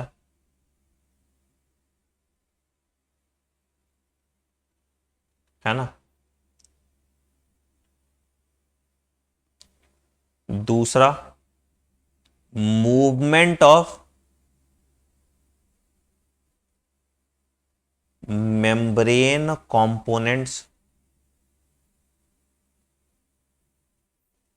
responsible for cellular process.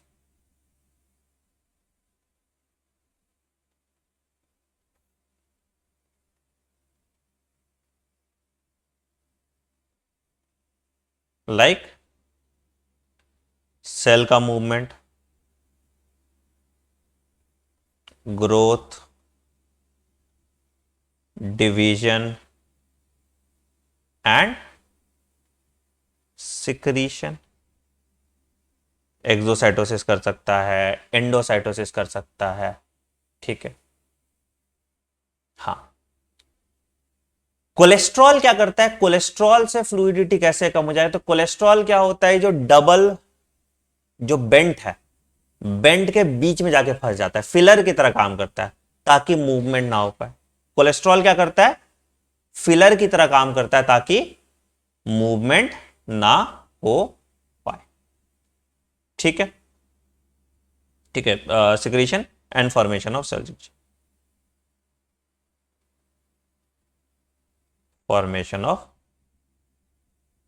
Cell junction, ठीक है। दूसरा क्या करता है ये कि ये सेल्फ रिपेयर का भी काम कर लेता है। अगर मान लो मैंने एक सेल लिया, सेल में पंचर कर दिया। अगर मान लो एक सेल लिया और सेल में मैंने पंचर कर दिया, तो क्या सेल फट जाएगा? क्या सेल फट जाएगा? क्या सेल फट जाएगा? क्या सेल फट जाएगा? बताइए, क्या सेल फट जाएगा? हाँ जी, फटेगा? नहीं। क्यों? क्योंकि उसके पास वो फ्लूइडिटी है, वो तुरंत उसको ऑटो रिपेयर कर लेगा और उसको ठीक कर लेगा। हाँ या नहीं? उसको ठीक कर लेगा, है ना। तो इट प्रिवेंट्स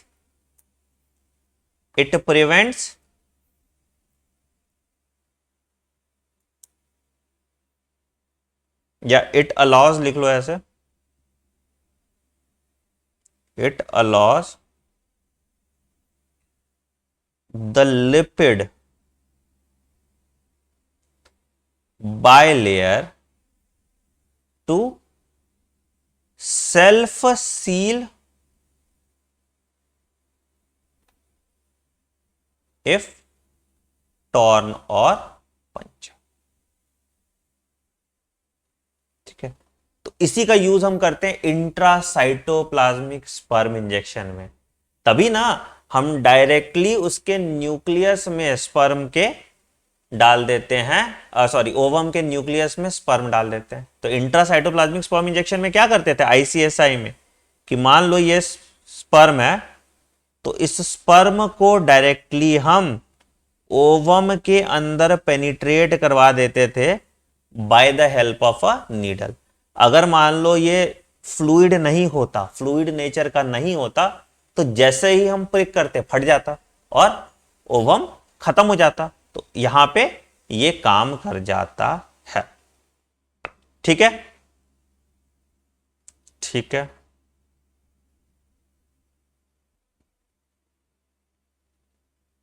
अब एक पॉइंट यहां पे देखो, एक पॉइंट यहां पे देखो,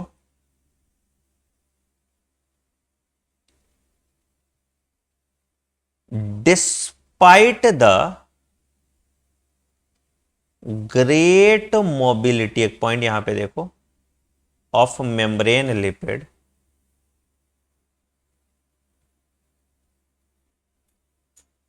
and protein in their own half of the bilayer, they seldom flip flop to, मतलब एक हाफ से दूसरे हाफ में नहीं जाता, they seldom flip flop from one half of the bilayer to other।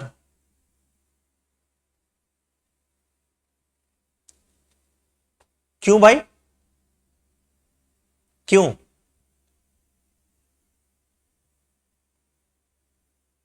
क्योंकि इसका एक हाफ जो है वो क्या है, हाइड्रोफिलिक है, दूसरा हाफ जो है क्या है, हाइड्रोफोबिक है। एक हाफ जो क्या है वो हाइड्रोफिलिक है, दूसरा हाफ जो क्या है हाइड्रोफोबिक है। तो भैया अगर फ्लिप फ्लॉप करेगा तो उसको हाइड्रोफिलिक वाले को हाइड्रोफोबिक के थ्रू जाना पड़ेगा, तो जा ही नहीं सकता। हाइड्रोफिलिक वाला क्या हाइड्रोफोबिक की तरफ जा सकता है? नहीं, है ना, क्या जा सकता है? नहीं। तो यही वाली बात है। तो यहां पे क्या है कि because it is difficult for hydrophilic parts of membrane molecules to pass through the hydrophobic core of the membrane, through the hydrophobic core of the membrane। समझ में आया? समझ में आया? समझ में आया?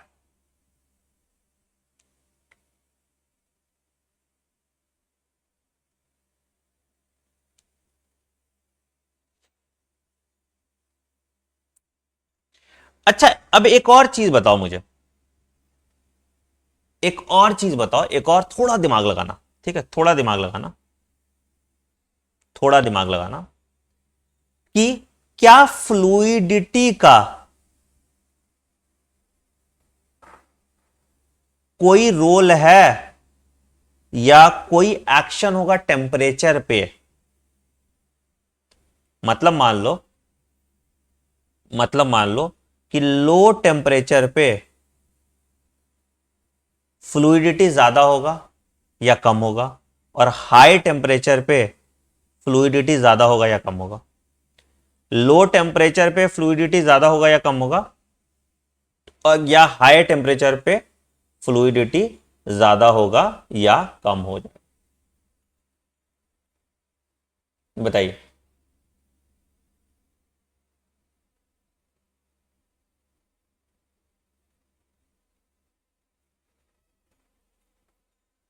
लो टेम्परेचर पे फ्लूइडिटी बढ़ेगा या घटेगा? एक्सपैंड करेगा टेम्परेचर इंक्रीज होने पे, तो हाई टेम्परेचर पे ज्यादा फ्लूइडिटी होगा? नहीं, यही तो पॉइंट है, यही यही यहीं पे गड़बड़ कर गए। कॉमन सेंस यूज करो, देखो एक पॉइंट लिखो यहां पे, समझो। कोलेस्ट्रॉल का प्रॉपर्टी होता है कि जो नॉर्मल टेम्परेचर पे है, तो नॉर्मल टेम्परेचर या हाई टेम्परेचर पे जो बॉडी का टेम्परेचर, उस टेम्परेचर पे ये क्या है, ऐसे बाइंड करके रह जाता है। ठीक है, तो अब एक यहां पे पॉइंट लिखो फुटनोट में कि because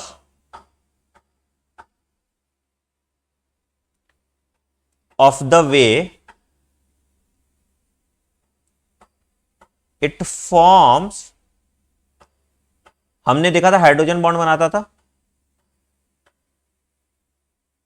with neighbouring phospholipid and glycolipid and क्यों स्लाइटली पोलर था, कोलेस्ट्रॉल की बात हो रही है, लिपिड कौन से पार्ट से, हेड से, and फिल्स the space between fatty acid bend, ये भी हमने बात किया था।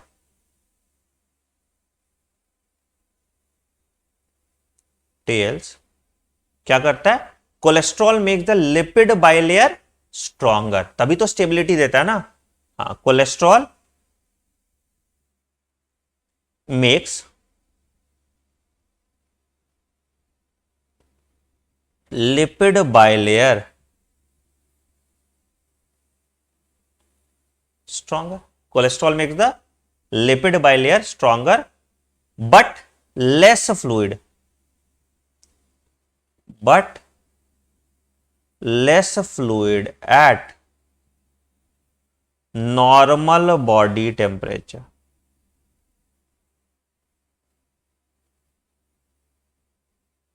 ठीक है,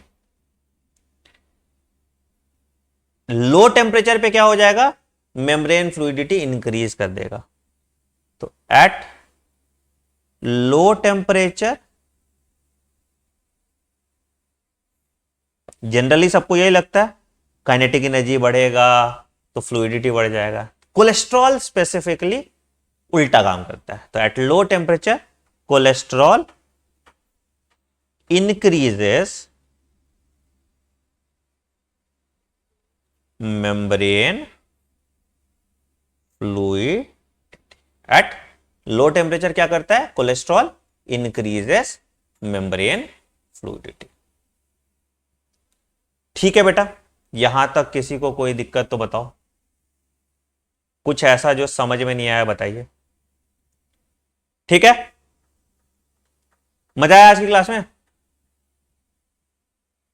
मजा आया। अब लग रहा है थोड़ा मेडिकल कॉलेज वाला, तभी मैंने तुमको बोला था ना केमिकल लेवल हम लोग चुन्नू मुन्नू की तरह पढ़ रहे थे, यहां पे अब हम थोड़ा डिटेल में घुसेंगे। अब ये जो तुम सेलुलर बेसिस पढ़ रहे हो ये तुम लगभग first year medical college level का पढ़े हो, ये एनाटॉमी का पार्ट है। ठीक है, तो यहाँ पे अभी तुम मेम्ब्रेन परमिएबिलिटी देखोगे किस किस तरह का होगा, फिर कैसे ट्रांसपोर्ट होता है, टाइप्स ऑफ ट्रांसपोर्ट देखोगे, तो डिटेल में हम पढ़ेंगे सिम्पोर्टर्स क्या होते हैं, एंटीपोर्टर्स क्या होते हैं उस पर। ठीक है, एक बार और समझ लो क्या बोला बेटा, कोलेस्ट्रॉल देखो समझो क्या होगा। हमने यहां पे देखा था, देखो यहां पे हमने यहां पे देखा था जब हम कोलेस्ट्रॉल की बात कर रहे थे, क्या बोला था मैंने, यहां पे देखो, यहां बोला था ना कि कोलेस्ट्रॉल फॉर्म करता है hydrogen bond with the polar head of phospholipid and glycolipid. Cholesterol form करता है hydrogen bond with the polar head of glycolipid and phospholipid, है ना। तो अब क्या हुआ, तो इसने दो काम किया, कोलेस्ट्रॉल ने तुम्हारा दो काम किया। क्या काम किया, सबसे पहला काम किया कोलेस्ट्रॉल ने तुम्हारा कि मान लो ये तुम्हारा यहां, ठीक, तो पहला कोलेस्ट्रॉल ने क्या किया कि इन दोनों के बीच में हाइड्रोजन बॉन्ड बना लिया, पोलर हेड के बीच में, और बाकी क्या किया, जो इसके बेंट के बीच में जगह था इसमें बैठ गया। तो अगर कोई चीज को भर दोगे, मान लो कि मैंने ये बॉटल ले लिया, इस बॉटल में मैंने पूरा पानी भर दिया, तो क्या ये मूव करेगा, टाइट हो जाएगा ना, बट इसमें आधा पानी है तो फ्लूइडिटी ज्यादा होगा। तो कोलेस्ट्रॉल भी इसी तरह से काम कर रहा है कि पूरा भर दिए, ठूस दिए, तो नॉर्मल टेम्परेचर पे ये क्या करता है, ये क्या करता है, ये तुम्हारा फ्लूइडिटी नहीं शो करता है ना। अब उसके बाद फिर क्या हुआ कि जब लो टेम्परेचर हुआ तो ये श्रिंक कर गया, सिकुड़ गया, सिकुड़ गया तो जगह बच गया, खाली जगह बचा, खाली जगह के कारण क्या हुआ, फ्लूइडिटी बढ़ गया। मान लो कि जब टेम्परेचर कम हुआ तो ये सिकुड़ गया, अब सिकुड़ा तो क्या हुआ, जगह ज्यादा मिल गया, तो जगह ज्यादा मिल गया तो फ्लूइडिटी बढ़ गई। हाई टेम्परेचर पे एक्सपैंड कर गया, जितना एक्सपैंड करेगा उतना जगह भर लेगा, भर लेगा तो उतना टाइट रहेगा। आई बात समझ में, आई बात समझ में, आई बात समझ में। एक बार अंगूठा दिखाइए,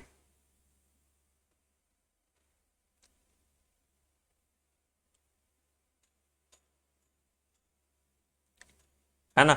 क्या तुम लोगों को लग रहा है ना फर्स्ट ईयर हम करा देंगे पूरा अच्छे से, है एकदम लिख लिख के, कोई दिक्कत हो रहा है, कोई बर्डन फील हो रहा है तुम लोग को। यहीं पे अगर तुम कोई नीट पीजी की कोचिंग करते या कहीं और पढ़ते तो 3 लाइन में तुमको ये पढ़ा देता, ये 15 मिनट का पार्ट पढ़ाता जिसको मैंने 1.5 घंटे 2 घंटे में पढ़ाया। तो आराम से फर्स्ट ईयर भी हम लोग तसल्ली पूर्वक करेंगे, थोड़ा ज्यादा टाइम देके तुमको हम पढ़ाएंगे, ठीक है, टेंशन मत लो। बढ़िया से 15 सितंबर से फर्स्ट ईयर स्टार्ट कर देंगे, इस महीने इसको खत्म कर देंगे।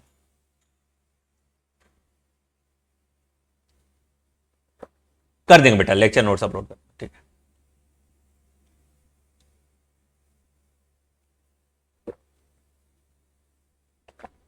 मन किया तो कल भी क्लास रख देंगे, ठीक है।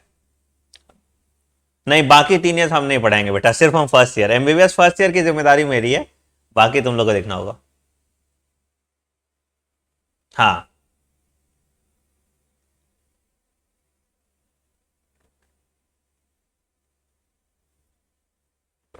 कर देंगे।